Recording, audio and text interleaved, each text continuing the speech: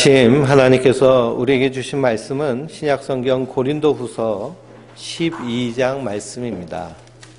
고린도후서 12장 말씀 1절에서 21절까지의 말씀인데요. 먼저 1절부터 10절까지 한 절씩 교독하면서 읽겠습니다. 신약성경 고린도후서 12장 1절에서 10절까지입니다. 신약성경 299페이지에 있는 말씀을 한 절씩 교독하면서 읽겠습니다. 무익하나마 내가 부득불 자랑하노니 주의 환상과 계시를 말하리라. 내가 그리스도 그는 14년 전에 셋째 하늘에 이끌려간 자라. 그가 몸 안에 있었는지 몸 밖에 있었는지 나는 모르거니와 하나님은 아시느니라. 내가 이런 사람을 아노니 그가 몸 안에 있었는지 몸 밖에 있었는지 나는 모르거니와 하나님은 아시느니라. 그가 낙원으로 이끌려 가서 말로 표현할 수 없는 말을 들었으니 사람이 가히 이르지 못할 말이로다. 내가 이런 사람을 위하여 자랑하겠으나 나를 위하여는 연약한 것 외에 자랑하지 아니하리라. 내가 만일 자랑하고자 하여도 어리석은 자가 되지 아니할 것은 내가 참말을 함이라. 그러나 누가 나를 보는 바와 내게 듣는 바에 지나치게 생각할까 두려워하여 그만두노라. 여러 계시를 받은 것이 지극히 크므로 너무 자만하지 않게 하시려고 내 육체에 가시고 사단의 사다를 주셨으니 이는 나를 쳐서 너무 자만하지 않게 하려 함이라. 이것이 내게서 떠나가게 하기 위하여 내가 3번 주께 간구하였더니 나에게 이르시기를 내 은혜가 내게 족하도다. 이는 내 능력이 약한 데서 온전하여짐이라 하신지라. 그러므로 도리어 크게 기뻐함으로 나의 여러 약한 것들에 대하여 자랑하리니 이는 그리스도의 능력이 내게 머물게 하려 함이라. 그러므로 내가 그리스도를 위하여 약한 것들과 능욕과 궁핍과 박해와 곤고를 기뻐하노니 이는 내가 약한 그때에 강함이라. 아멘. 할렐루야. 하나님께서 주신 은혜와 평강이 우리 성도님들 위해 늘 충만하시기를 주님의 이름으로 축원드립니다. 우리 옆에 있는 분들하고 뒤에 있는 분들하고 인사해 보세요. 주의 이름으로 환영합니다. 주의 이름으로 환영합니다. 오늘 말씀 고린도후서 12장 말씀을 통해서 은혜가 족하다라는 제목으로 함께 말씀을 나누도록 하겠습니다. 은혜가 족하다. 오늘 1절 말씀해 보니까요. 무익하나마 내가 부득불 자랑하노니 라고 말하고 있습니다. 자랑하노니. 사람은요. 이 땅에 살면서 이렇게 대화하며 사는데요. 대화의 반은 남 욕하는 것이고 재화의 또 반은 자랑한다고 그렇게 말한다고 그럽니다. 그러니 우리 성도님들은 한 주간 동안 대화하면서 어떤 대화를 나누셨는지 한번 생각해 보시기 바랍니다. 그래서 친구들을 만나거나 안 그러면 부부간에 그리고 자녀들과 대화하는 대화들이 남을 비난하고 욕하는 것이다 라고 하면 그건 심각한 문제가 있는 것입니다. 근데 또 자랑하는 것이 너무 많다라고 그러면 그것도요, 인간관계에 있어서 큰 문제가 될 수 있습니다. 그래서 손주를 본 할머니, 할아버지들이 자랑을 그렇게 많이 한다 그래요. 자기 손주들 자랑. 자기 손주를 보면 마치 천재를 보는 것 같은. 그래서 자랑을 그렇게 한다 그러는데 요즘은 그 자랑 하도 하니까요, 돈을 받고 자랑을 들어주는 시대라고 그럽니다. 그러니 말을 하고 싶은데 이렇게 서로 자랑하는 것 때문에 문제가 되는 경우도 참 많이 있습니다. 오늘 말씀도 보니까요. 내가 부득불 자랑한다. 아무 이익이 없지만 내가 이것을 너희에게 말한다라고 말하는 이유가 있습니다.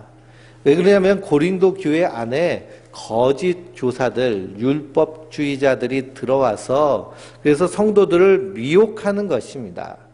그래서 사도 바울은요. 그들을 어떻게 해서든지 진실함과 깨끗함으로 하나님의 그리스도의 예수님의 약혼자로 주님 앞에 세우는 것이 사도 바울의 사명인데 이 거짓 교사들이 와서 자꾸만 그릇된 잘못된 말씀, 다른 예수, 다른 복음, 다른 영을 가르쳐서 진실함과 깨끗함에서 부패하게 만드는 그런 일을 하기 때문에요. 그들을 경계하기 위해서 부득불 자랑한다라고 말합니다.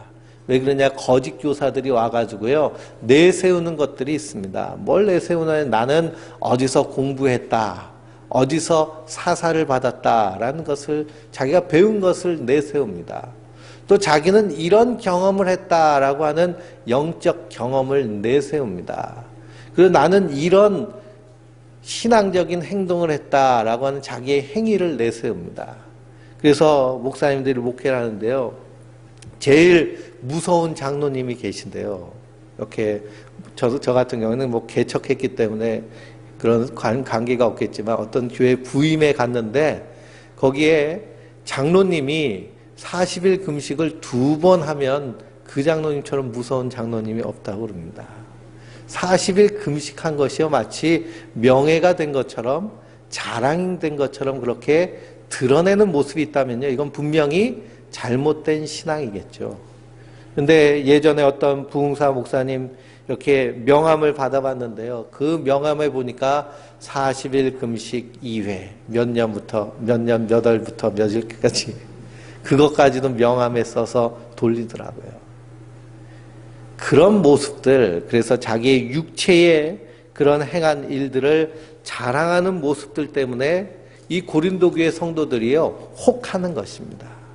마음이 그리로 쏠리는 거예요. 사도 바울은 말만 하면 무슨 얘기를 하느냐? 예수님 얘기를 합니다. 예수님 얘기. 그래서 고린도전서 읽어보면 내가 십자가의 도 외에는 아무것도 알지 않기로 작정했다라고 그러고, 그리고 나는 오직 예수 그리스도가 십자가에 못 박아 죽으시고 부활하신 것 외에는 가르치지 않겠다라고 이렇게 다짐을 하고 결단을 하고 복음만 전하는데, 다른 율법 선생이라고 하는 사람들, 저 예루살렘에서 왔다고 하는 사람들이 복음을 증거하면서요, 이것저것 사도 바울로부터 듣지 못한 것들을 가르치며 그 사람들을 미혹하니까 사도 바울이 나도 부득불 자랑할 수밖에 없구나라고 하면서 말하는 것이 있습니다. 그것이 뭐냐? 내가 셋째 하늘에 올라갔었다라고 말하는 것이죠. 셋째 하늘은 어떤 하늘일까요? 성경을 읽어보면요, 이런 말씀이 나오는데 우리가 항상 궁금증을 갖고 그것을 이렇게 성경을 볼 필요가 있습니다. 유대인들은요, 하늘을 3층으로 구별했습니다. 1층은 우리가 이렇게 육안에 보는 하늘, 그래서 대기권을 말하는 것이고요. 2층은 대기권 너머의 우주 공간을 하늘이라고 봤습니다. 첫째 하늘, 둘째 하늘. 그 셋째 하늘은 어떤 하늘일까요? 셋째 하늘은 하나님과 천사가 운행하시는 그런 영적인 세계를 셋째 하늘로 이렇게 인식을 하고 그렇게 생각했습니다. 그래서 그 셋째 하늘에 올라가서 하나님을 친히 배웠다라고 말합니다. 14년 전에. 그러니 연도를 계산해 보니까요, 사도 바울이 안디옥 교회에서 바나바와 함께 목회를 할 때, 그리고 그 이전에 사도 바울이 다메섹 도상에서 예수님을 만나고 그가 눈이 멀었다가 아나니아가 기도함으로 눈에 꺼풀 같은 것이 벗겨진 이후에 다시 보게 된 그 후에 아라비아 사막에 들어가서 3년 동안 그가 사람들을 만나지 않고 거기서 하나님과 그 자기의 모든 삶을 돌아보는 그런 시간을 가졌는데요. 아마 그때 그런 영적인 체험을 했을 것이다 라고 우리가 생각해 볼 수 있습니다. 근데 천국을 갔다 왔다라고 한다면, 그 사람의 특징은 뭐가 있을까요? 입에서 자랑이 끊이지 않을 것입니다. 우리 성도님들 중에 청와대 갔다 오신 분 계신가요? 청와대. 네. 청와대 다녀오신 분이 계신데요. 청와대에서 설렁탕 한 그릇 대통령하고 같이 밥 먹으면 가문의 영광이 되는 겁니다. 그거를 얼마나 자랑을 하는지요. 저도 그 자랑을요, 한참을 들었습니다. 한참. 그냥 밥 먹을 때마다 내가 청와대에서 뭘 먹었다는 거를 그냥 계속. 그러니 청와대 갔다 와도요, 자랑이 끝이 없는데 하나님 나라에 갔다 왔다라고 한다면 그 자랑이 엄청나겠죠. 그래서 기독교 서점에 가가지고 책 있는 그 문구란을 쭉 도서란을 쭉 살펴보면 거기에 천국에 갔다 온 사람들에 대한 이야기들이 있습니다. 천국에 갔다 온 사람들. 그래서 내가 본 천국이라는 책을 쓴 페이시 콜레라는 그런 목사님이요. 1980년대에 내가 본 천국이라고 해가지고 책을 써가지고 그래서 그냥 대히트를 쳤습니다. 그래서 우리나라에서도요, 그 페이시 콜레가 와가지고 집회도 하고 그래서 대한민국 그 당시에 기독교인들은요, 내가 본 천국 책을요, 다 한 권씩 샀어요. 그러니 그 당시에 대한민국 기독교인들이 1,500만에서 2,000만 정도 된다라고 했는데 한 집이 한 권씩 샀다라고 그러면요, 수백만 권이 팔렸겠죠. 수백만 권. 세계적으로 그렇게 팔렸습니다. 그리고서는 그 걷어들인 수익금을 가지고요, 천국 공동체를 만든다라고 그래가지고, 그래서 저기서 미국의 어떤 지역에 땅을 사가지고 거기서 공동체를 만들었는데, 나중에 이분이요, 고백하기를 어떻게 고백했느냐, 뻥이다라고 고백했어요. 뻥이다. 그 3분이라는 그런 책이 있습니다. 미국의 한 목사님 아들이 3분 동안 이렇게 숨이 멈췄다가요, 다시 소생되게 되는데 이 3분 동안 이 아이가 천국에 갔다 왔다라고 해서 책을 썼습니다. 그 책이요, 엄청나게 히트를 해가지고 그 책도 엄청나게 팔렸습니다. 저도 그 책을 보고 얼마나 감동이 됐는지 그 책을 저도 샀어요. 그리고 그 책을 저희 그 전에 목회하던 교회에 한 아이가 식당을 하는 부부인데요. 부부는 신앙생활을 하지 않고 아이만 교회를 다녔는데 그 아이가 그만 그 뇌경색이 와서 죽었습니다. 초등학생인데. 그래가지고 그 부모가 너무 좌절에 빠져서 그 3분이라는 책을 선물을 했거든요. 영화로도 만들어졌습니다. 영화로도. 그래서 그 목사님이요, 이제 아주 유명한 유명 인사가 됐습니다. 근데요, 이 목사님이 양심에 너무 찔림을 받아가지고 나중에 고백을 했습니다. 뭐라고 고백을 했을까요? 뻥이야 라고 고백을 했어요. 뻥이야. 내가 본 천국. 그러니 이 목사님은요, 이제 교회 재정적으로 어려움이 있으니까 그걸 좀 풀어보려고 책을 썼는데 책이 이렇게 히트될 줄은 몰랐겠죠. 네. 그래서 사람은요, 천국을 갔다 왔다라고 하면 그 입에서 자랑이 끊이지 않고 그 인생의 어떤 한 변화의 획을 긋는 그런 체험이 될 것입니다. 사도 바울도 이런 경험을 했다라고 말합니다. 근데 성경을 읽어보니까요, 그 구체적인 내용에 대해서는 말하고 있지 않습니다. 왜 그러냐? 이것은 나에게 자랑이 될 것이 아니고 내 신앙 개인적인 체험으로서의 중요한 일인데 이것을 자랑을 하지는 않는다, 말하지 않겠다라고 말하는 것입니다. 왜 그럴까요? 우리가 신앙생활을 하면은요, 반드시 우리 안에 체험이 있습니다. 체험이 있기 때문에요, 그 안에서 우리가 예수님을 믿는 믿음의 확신을 갖게 됩니다. 저도 고등학교 때요, 수련회를 갔다가 성령님을 강하게 경험하는 그런 인격적인 경험과 체험을 했습니다. 그리고 목회를 하면서요, 순간순간 하나님께서 채워주시는 놀라운 경험과 체험을 합니다. 제가 이렇게 몇 번 말씀드렸지만 특히 하나님은요, 이 목회자에게는 저한테는 이상하게 먹는 걸 잘 응답해 주시더라고요. 무엇이 먹고 싶다 그러면요, 기가 막히게 지금도 들어주세요. 그래서 참 하나님 왜 나를 살찌우게 하고 싶으신가, 먹는 것만 응답을 잘해 주시나 막 그렇게 좀 생각이 될 때가 있습니다. 그래서 저희 큰 아이가요, 아기 때 섬에서 목회를 하고 있는데요, 섬에서 목회를 하는데 그땐 겨울이라서, 그리고 배 타고 이제 인천에 나가야 될 텐데요, 갑자기 딸기가 먹고 싶다고요. 딸기 노래를 부르는 거예요. 딸기.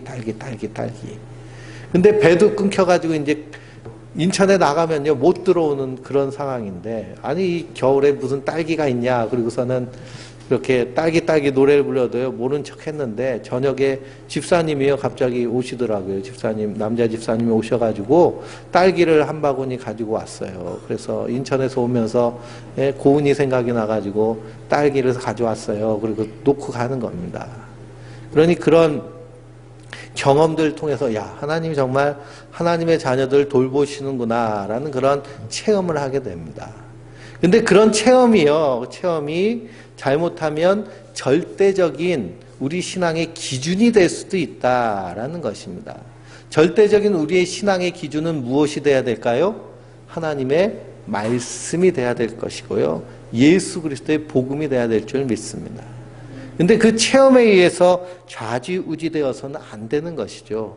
그러니 사도 바울이 내가 낙원에서 말로 할 수 없는 그런 하나님의 음성을 들었지만 그것을 너희에게 그 내용까지는 말하지 않는 것을 봅니다. 그러면서 사도 바울은 무엇을 자랑하겠다고 그래요? 5절 말씀에 나를 위하여는 약한 것들 외에는 자랑하지 아니하리라 라고 말합니다. 약한 것들 외에는 자랑하지 아니하리라. 사람은요, 자기의 있는 것을 자랑합니다. 자기의 강함을 자랑하고요. 그리고 자기의 힘을 자랑하는 것이 사람의 본성이고 특징입니다.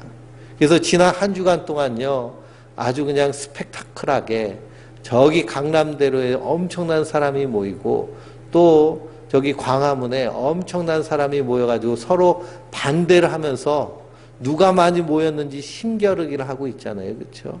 그런 모습을 우리가 보게 됩니다.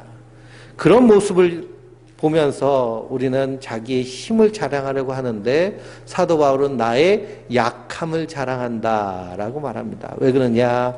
하나님은요, 그 약함을 통해서 일하시기 때문입니다. 우리가 고린도전서 1장을 한번 찾아보실까요? 고린도후서 앞에 있는 고린도전서 1장입니다. 고린도후서 1장 26절부터 29절까지 한 절씩 교독하면서 읽겠습니다. 형제들아 너희를 부르심을 보라. 육체를 따라 지혜로운 자가 많지 아니하며 능한 자가 많지 아니하며 문벌 좋은 자가 많지 아니하도다. 그러나 하나님께서 세상에 미련한 것들을 택하사 지혜 있는 자들을 부끄럽게 하려 하시고 세상의 약한 것들을 택하사 강한 것들을 부끄럽게 하려 하시며 하나님께서 세상의 천한 것들과 멸시받는 것들과 없는 것들을 택하사 있는 것들을 피하려 하시나니 이는 아무 육체도 하나님 앞에서 자랑하지 못하게 하려 하심이라. 아멘. 그러니 하나님의 일하심은 지혜로운 자보다는 어리석은 자를 통해서 그리고 강한 자보다는 약한 자를 통해서 있는 자보다는 없는 자를 통해서 세상에 천한 것과 멸시받는 것들을 통하여서 세상에 있는 것들을 부끄럽게 하시는 것이 하나님의 일하심의 모습이라는 것입니다.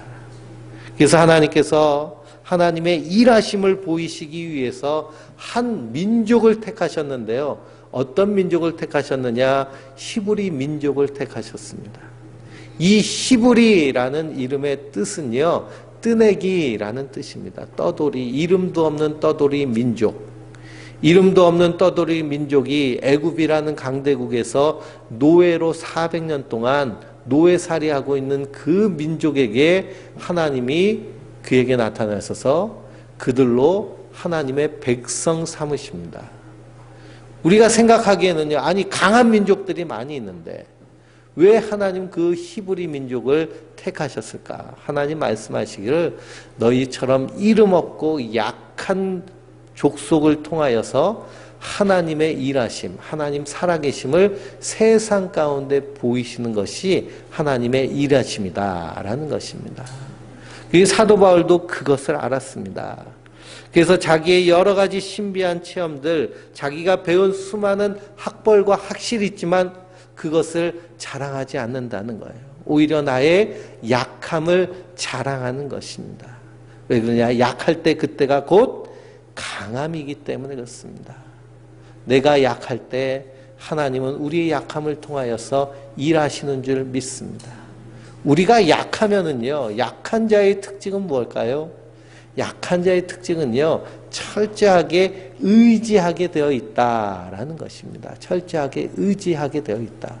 그러니까 하나님이 무조건 약하기 때문에 널 쓰게라고 하시는 것이 아니고요, 약하기 때문에 하나님을 철저하게 의지하는 그 사람을 하나님은 사용하신다라는 사실입니다. 약하기 때문에 나는 힘이 없습니다. 나는 의지할 사람이 없습니다. 나의 도울 힘은 오직 하나님 한 분뿐입니다. 라고 그런 약함을 가지고 나아가는 자를 통해서 하나님 일하시는 줄 믿습니다. 그래서 출애굽기를 읽어보면 모세의 출생의 이야기가 나옵니다. 모세가 출생할 당시에 이 히브리 민족이 너무 급성장하게 불어나니까요. 그러니까 애굽의 파라오가 명령을 내립니다. 아들을 낳으면 저 나일강에다 다 던져버려라 라고 명령을 합니다. 나일강에는 악어와 큰 물고기가 살고 있는데요. 거기다 던져버리면 물고기 밥이 되는 것이죠. 악어 밥이 되는 것입니다. 그런데 그 당시에 그때에 모세가 태어납니다. 모세가 태어났는데 그 아이의 그러한 지혜로움을 보고 그 부모가 그 아이를 나일강에 던지지 않고요, 숨겨뒀습니다.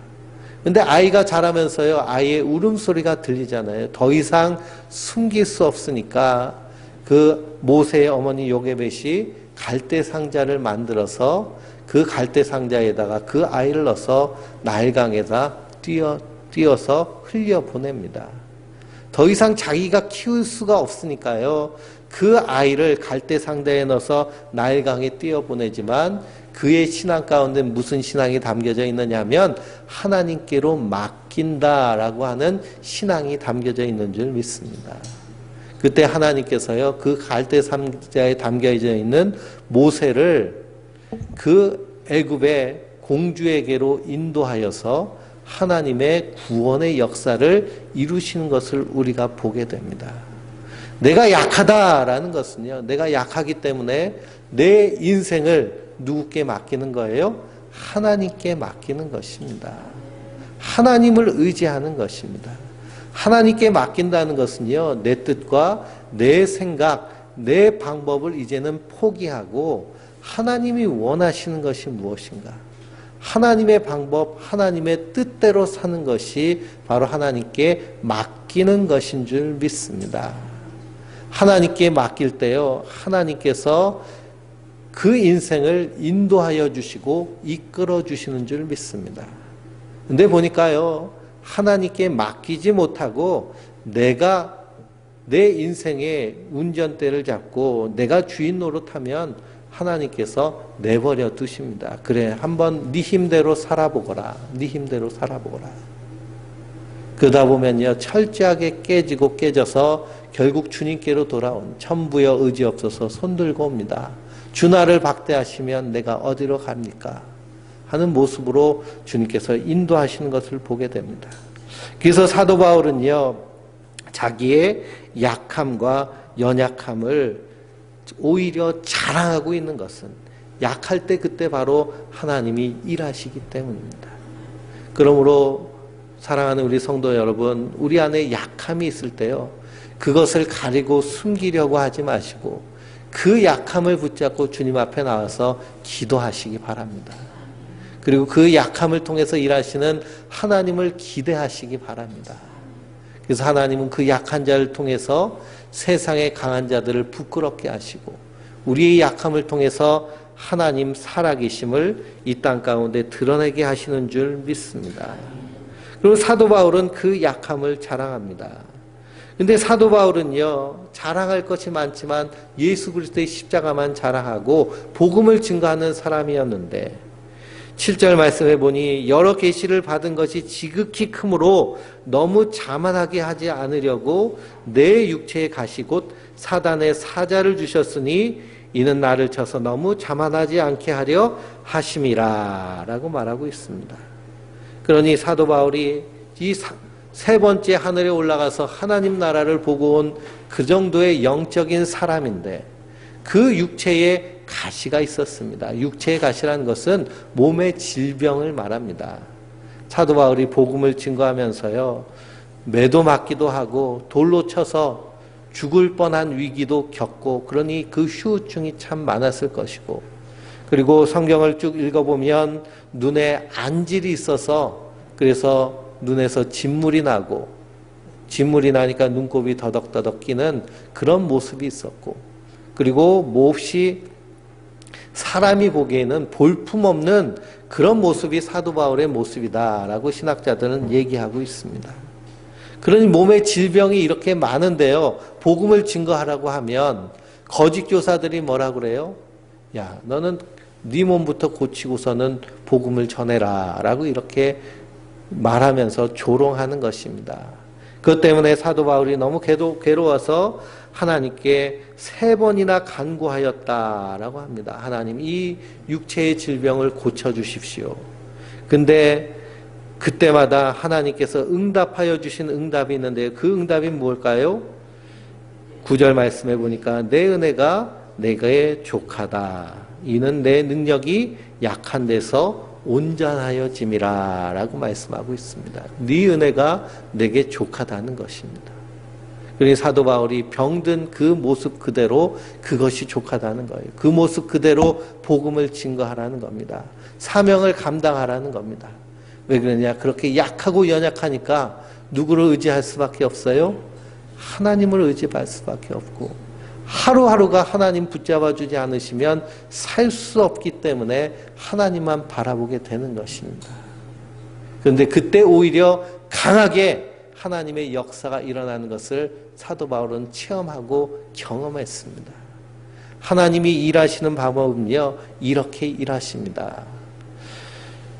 사사기를 읽어보면 미디안의 엄청난 군대들이 이스라엘을 쳐들어옵니다. 그때 사사가 기드온이었는데요. 기드온이 이스라엘 온 백성들에게 편지를 보내서 군대를 모읍니다. 군대를 모으니까요, 한 3만 5천 명 정도의 군대가 모여졌습니다.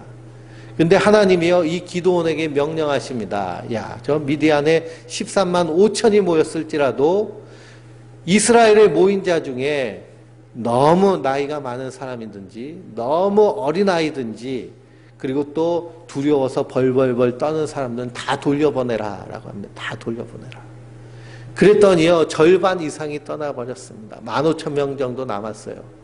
근데 하나님이 또 명령하십니다. 야, 그 사람들 중에 저 요단강에서 물을 먹게 하는데 이렇게 물을 손등에 얹어서 개처럼 핥아먹는 사람을 뽑아라 라고 하십니다. 개처럼 핥아먹는 사람. 되게 우리가 강에서 물을 먹을 때는요, 이렇게 퍼서 먹든지, 정말 못 먹으면 그냥 머리를 그냥 바꾸선 물을 먹을 텐데요, 개처럼 물을 핥아먹는 사람은 별로 없죠. 그래서 남은 사람이 300명입니다. 그러니까 기드온과 300명이 남은 것입니다. 300명이요 13만 5천과 전쟁을 하면 이길 수 있을까요? 없을까요? 이것은 절대 이길 수 없는 것이죠. 그런데 하나님께서 명령하십니다. 너희는 그 미디안의 군대와 싸워라. 근데 어떻게 싸우느냐? 칼과 창으로 싸우는 것이 아니라 항아리와 횃불을 가지고 싸우라는 거예요. 항아리에다가 횃불을 숨기고서는 미디안 진영에 가가지고, 그래서 항아리를 깨트리면서 큰 소리로 외치라는 겁니다. 이스라엘의 하나님이여 기드온의 하나님이여. 이스라엘의 하나님이여 기드온의 하나님이여. 근데 깜깜한 밤중에요, 300개의 항아리가 갑자기 동시에 깨지면 천둥 번개 치는 것처럼 깜짝 놀라게 되죠. 그리고서 환한 횃불이요 하늘에서 왔다 갔다 하니까 이 미디안의 14만 5천의 대군이 잠자다가 깜짝 놀라가지고, 그래서 자기들끼리 쳐서 죽이는 겁니다. 그래서 큰 승리를 경험하게 됩니다. 그래서 기드온에 300용사라고 용사자를 붙이는데요, 사실 그들은 용사였나요? 용사가 아니라 그냥 300명입니다. 작은 수를 사용해서 하나님이 전쟁에서 승리하게 하십니다. 그러니 기드온이 위대해서 300명이 용감해서 그래서 이스라엘이 이긴 것이 아니라 하나님이 그 약함을 통해서 이기게 하신 줄 믿습니다. 이것이 하나님의 일하심의 모습입니다. 그러므로 성도는요, 이 땅에서 우리의 약함을 부끄러워할 것이 아니라 우리의 약함을 붙잡고 하나님을 의지하며 바라봐야 될 줄 믿습니다. 그때 주님께서 우리를 통해서 일하시고 역사하여 주실 것입니다. 그래서 사도 바울은 10절 말씀에 내가 그리스도를 위하여 약한 것들과 능력과 궁핍과 박해와 곤고를 기뻐하노니 이는 내가 약한 그때의 강함이라 라고 말하고 있습니다. 철저하게 하나님만 의지하는 모습, 그 모습이 성도에겐 가장 강한 모습인 줄 믿습니다. 이 세상의 사람들의 모습은 어떤 모습입니까? 자기가 뭔가 가지고 있는 것을 믿고 의지하는 모습입니다. 그러니 돈을 많이 가지고 있는 사람은 돈을 자랑하고, 명예가 있는 사람은 명예를 자랑하고, 권력이 있는 사람은 권력을 자랑하며 그것을 사용해서 쓰려고 하는 것이 이 땅의 모습입니다. 그러나 성도는요, 그런 것들을 자랑하지 않습니다. 오히려 약함을 자랑하는 것은 내가 이렇게 약하고 연약하지만 나를 그리스도께서 택하셔서 하나님의 자녀 삼으시고 하나님의 백성 삼으셨습니다 라고 하는 그 은혜와 그 하나님의 사랑을 오히려 자랑하는 자들인 줄 믿습니다. 그래서 성도는 이 땅에서 우리가 이 세상을 살면서 연약함이 있고 약함이 있습니다. 그러나 그것을 부끄러워할 것 없는 것은 주님께서 우리가 약하기 때문에, 연약하기 때문에 우리를 불러서 주의 자녀 삼으신 줄 믿습니다.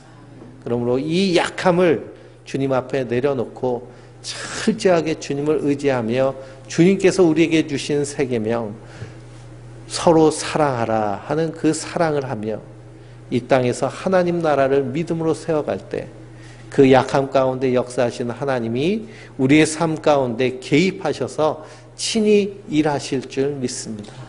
그러므로 그 하나님의 일하심의 체험이 바로 성도가 경험해야 될 체험일 줄 믿습니다. 아, 하나님이 이렇게 일하셨군요. 하나님이 이렇게 도우시는군요. 하나님이 이렇게 인도하여 주시는군요.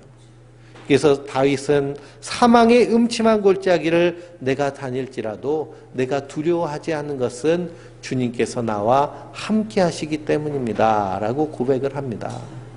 우리 인생에도 사망의 음침한 골짜기를 다닐 때가 있죠.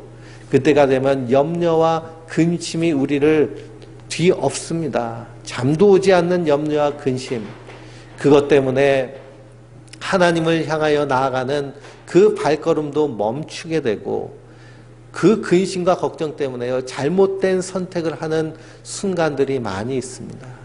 그러나 믿음의 사람은 그 약함을 주님께 맡길 때에 다윗과 같이 사망의 음침한 골짜기를 다닐지라도 해를 두려워하지 않는 것은 하나님이 나와 함께 하시기 때문입니다. 그래서 사도 바울은 아무것도 염려하지 말고 오직 모든 일에 기도와 간구로 너희 구할 것을 감사함으로 하나님께 아뢰라. 그리하면 모든 지각에 뛰어난 하나님의 평강이 그리스도 예수 안에서 너희 마음과 생각을 지키시리라 라고 하셨습니다. 그 하나님의 인도하심을 우리 인생 가운데 날마다 경험하며 그 은혜 안에서 그 하나님을 체험하는 하나님의 복된 성도들 되시길 주님의 이름으로 축원드립니다.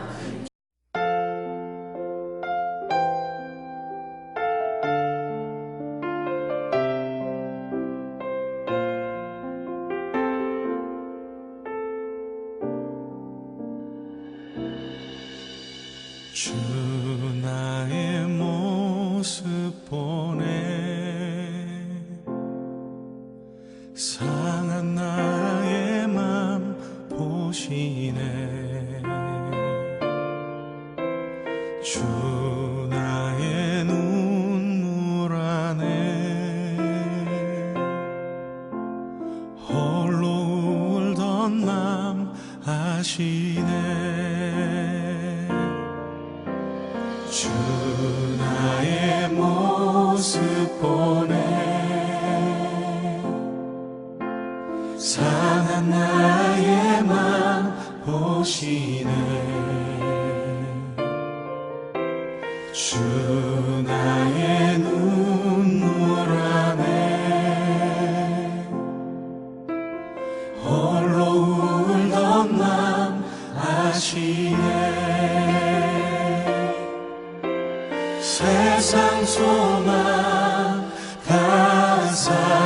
사라져가도 주의 사랑은 끝이 없으니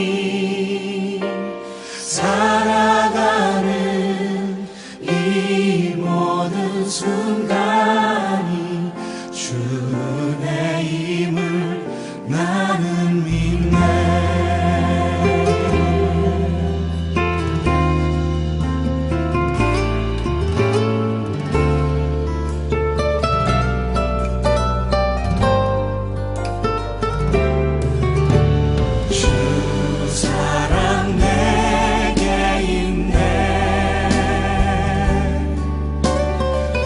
사랑이 날 채우네. 주 은혜 내게 있네. 그 은혜로 날 세우네.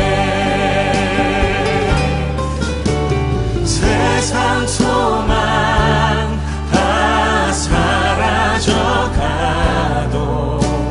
주의 사랑은 끝이 없으니 살아가는 이 모든 순간이 주 은혜임을 나는 믿네. 세상 소망 다 사라져가도 주의 사랑은 끝이 없으니 살아가는 이 모든 순간이 주 은혜임을 나는 믿네. 주 은혜임을 나는 믿네.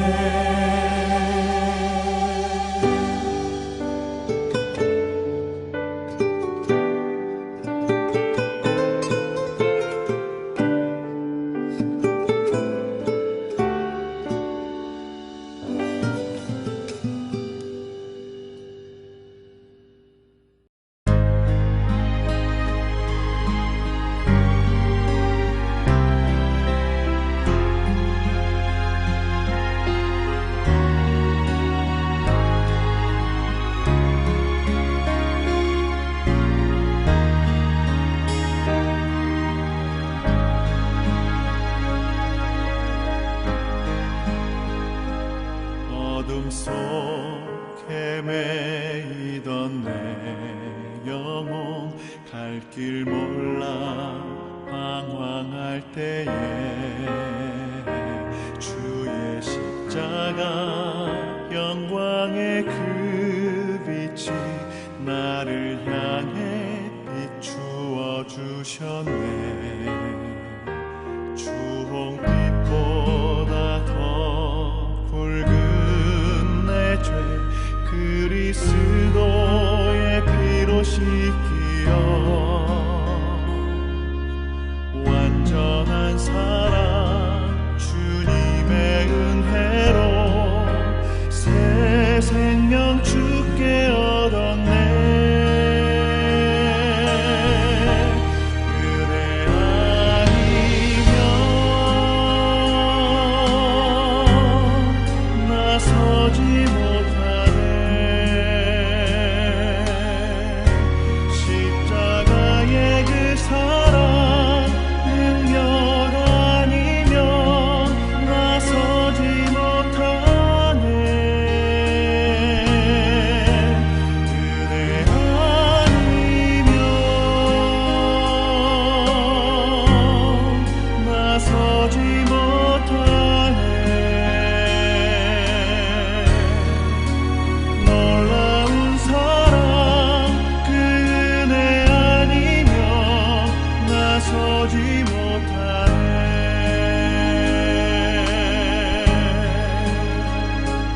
나의 노력과 의지가 아닌 오직 주님의 그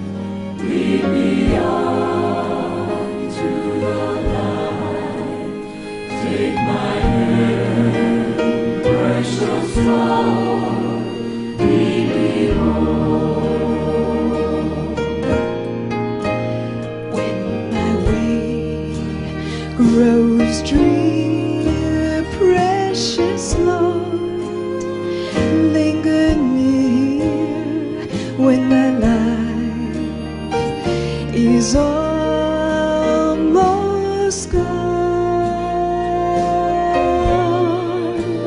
Hear my cry, hear my call, hold my hand lest I fall.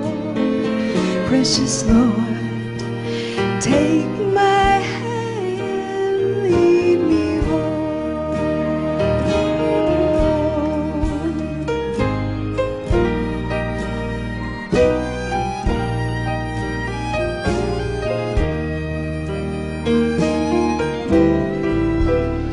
When the shadows appear and the night draws near and the days pass and gone, at the river I stand, guide my feet, hold my hand, take my hand, precious Lord, lead me home. Precious Lord, take my hand, lead me on, let me stand. I am tired, I am weak, I am worn. Through the storm, through the night, lead me on to the light. Take my hand, precious Lord, lead me home. Take my hand, precious Lord, lead me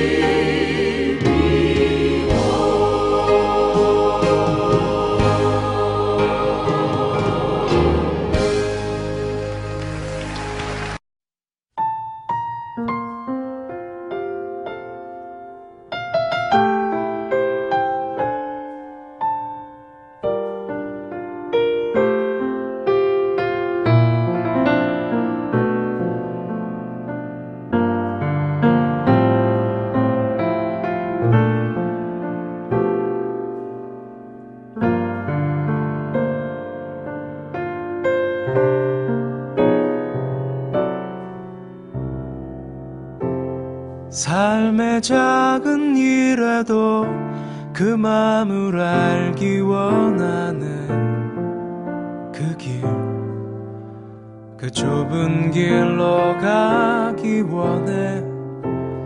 나의 작음을 알고 그분의 크심을 알며 소망, 그 깊은 길로 가기 원하네.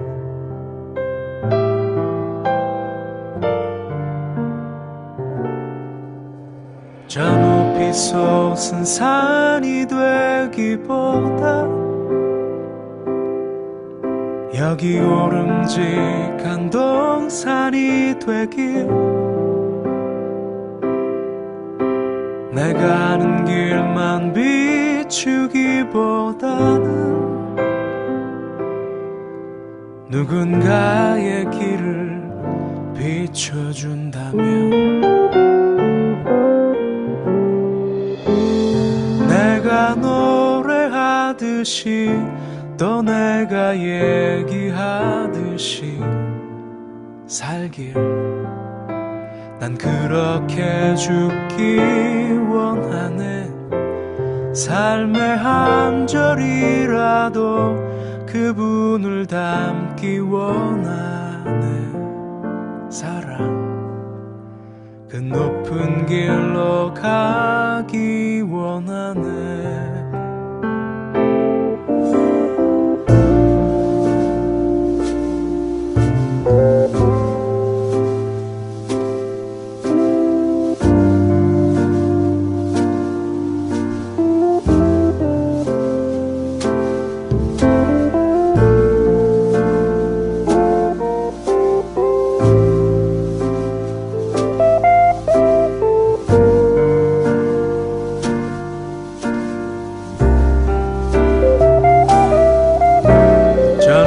솟은 산이 되기보다 여기 오름직한 동산이 되길 내가 가는 길만 비추기보다는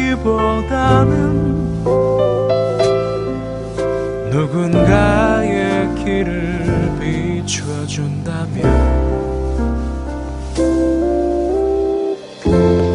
내가 노래하듯이 또 내가 얘기하듯이 살길 난 그렇게 죽기 원하네. 삶의 한 절이라도 그분을 닮기 원하네. 사랑 그 좁은 길로 가기 원하네. 그 깊은 길로 가기 원하네.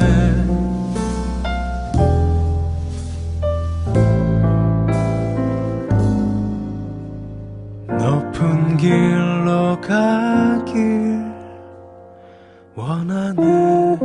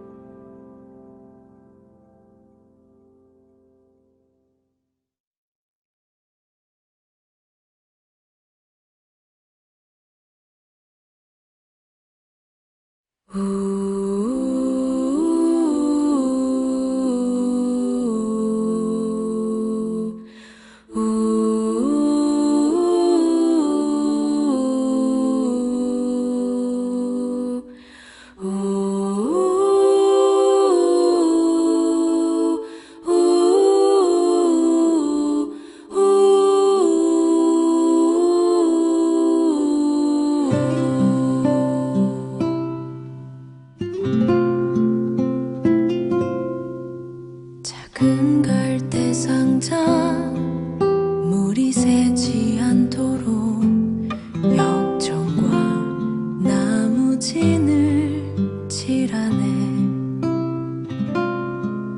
어떤 맘이었을까 그녀의 두 눈엔 눈물이 흐르고 흘러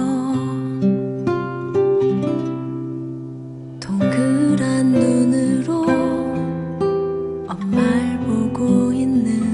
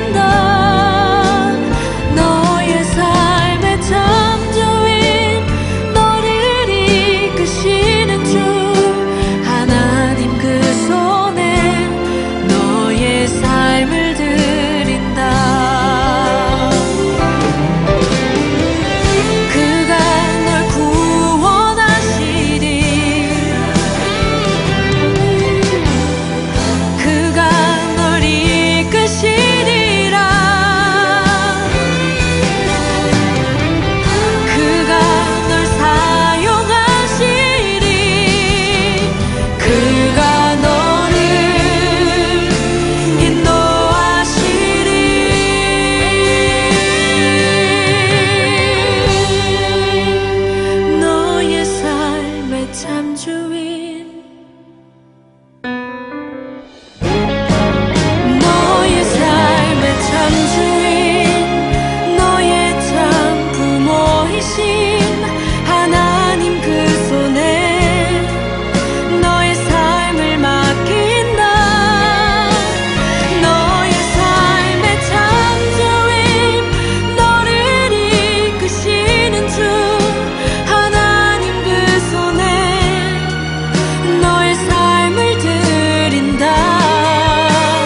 너의 삶의 참주인 너의 참 부모이신 하나님 그 손에 너의 삶을 맡긴다 너의 삶의 참주인 너를 이끄시는 주 하나님 그 손에 너의 삶을 드린다 어떤 마음이었을까 그녀의 두 눈엔 눈물이 흐르고